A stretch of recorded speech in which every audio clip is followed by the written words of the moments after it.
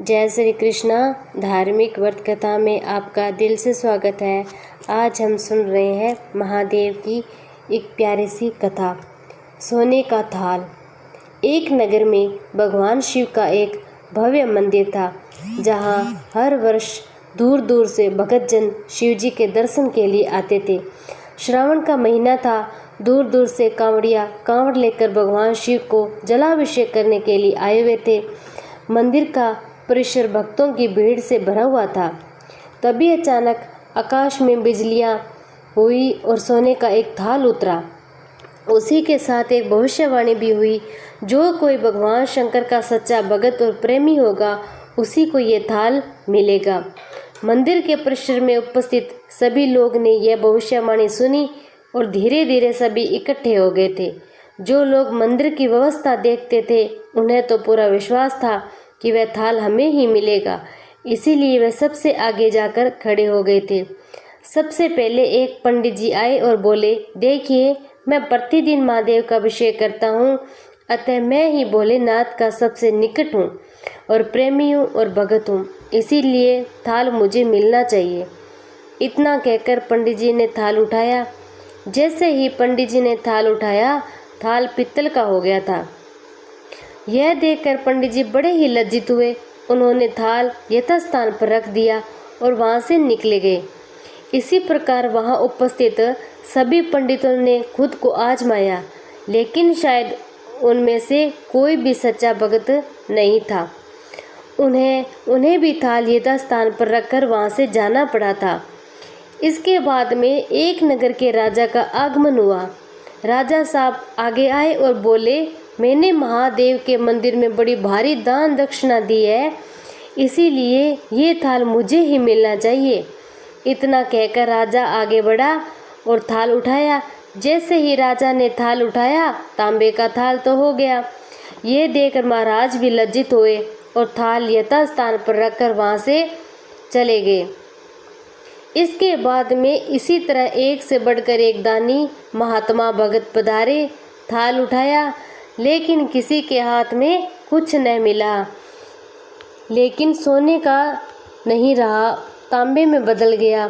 सब लोगों को पता चला कि इसमें से कोई महादेव का सच्चा भगत नहीं है। उसी समय एक किसान का आगमन हुआ। वो बेचारा महीनों बाद आज चतुर्मास के सोमवार के शुभ अवसर पर शिव जी के दर्शन करने आया था। गरीब और गृहस्थी के बोझ तले दबा दिन रात खेतों में मेहनत मजदूरी करके अपना और अपने परिवार का गुजारा करता था। अभी रास्ते में से आ ही रहा था, कोई भिखारी मिल गया तो कुछ खाने को मांगने लगा।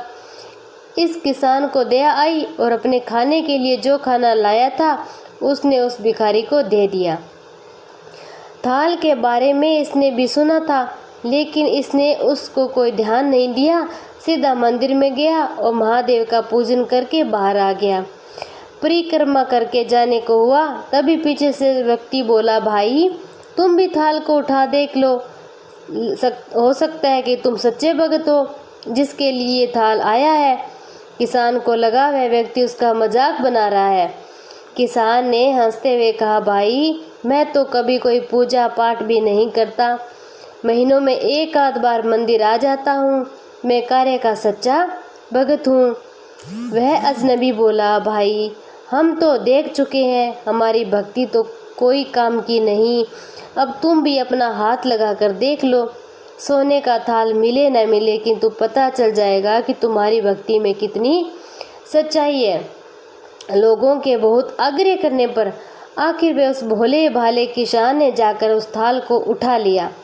जैसे ही उसने थाल उठाया, लोगों के आश्चर्य का ठिकाना न रहा। सोने का थाल रोशनी से चमचमाने लगा। यह देखकर सब लोगों में खुशियों की लहर दौड़ गई। सभी लोग उसकी जय जयकार लगाने लगे और पूछने लगे, भाई, तुम तो सच्चे भगत हो, अब हमें भी बता दो कि कैसी भक्ति तुम करते हो जिससे महादेव तुमसे इतने प्रसन्न हो गए। किसान बोला, भाई, मैं कोई भगत नहीं हूँ, मैं केवल दिन भर खेतों में काम करता हूँ, थोड़ा समय निकालकर ज़रूरतमंद लोगों की मदद करता हूँ, इसके अलावा मैं कोई विशेष कार्य नहीं करता। लोग पूछने लगे, तुम लोगों की मदद क्यों करते हो?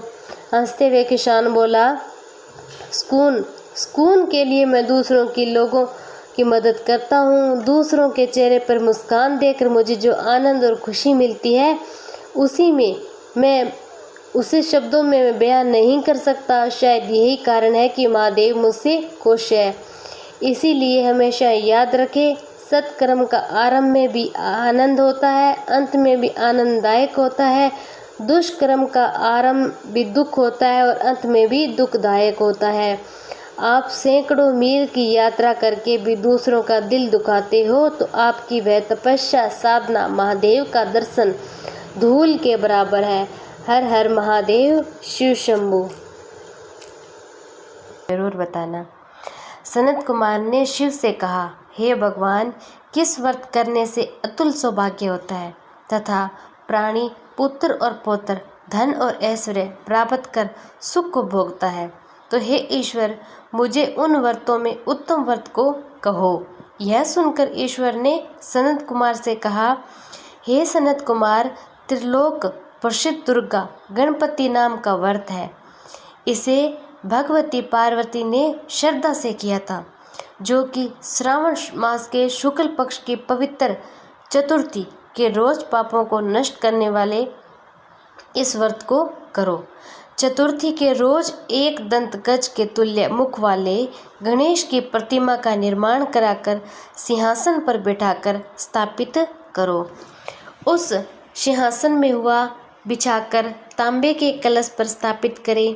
लाल कपड़ा बिछाकर भद्रमंडल का निर्माण कर उस पर कलश स्थापित करें। लाल फूल 5 पत्रों से पूजा करें।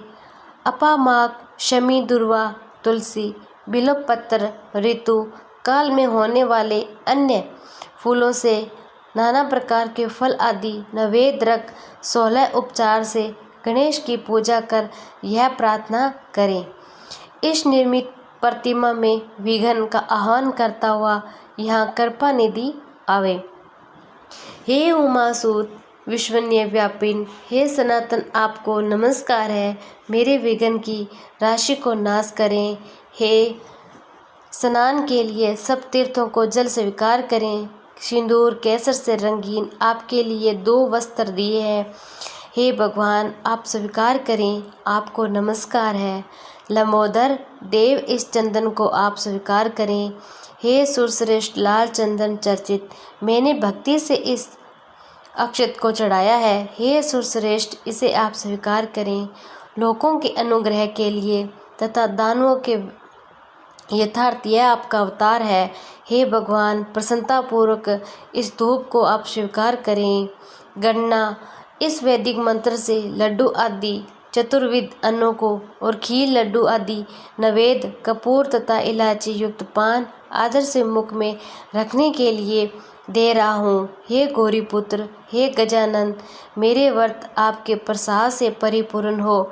इस तरह अपने विभव के विस्तार से अनुकूल विघ्न ही पूजा कर सामग्री सहित आश्चर्य ये प्रार्थना करें। हे भगवान, आपकी वाणी से मेरा ये व्रत कर उद्यापन करता है, वह अपने मन चाहे सब पदार्थों को प्राप्त कर लेता है, अंत में शंकर पद को प्राप्त कर लेता है। यदि इस व्रत को 3 साल तक करें तो वे सब सिद्धियों को प्राप्त कर लेता है।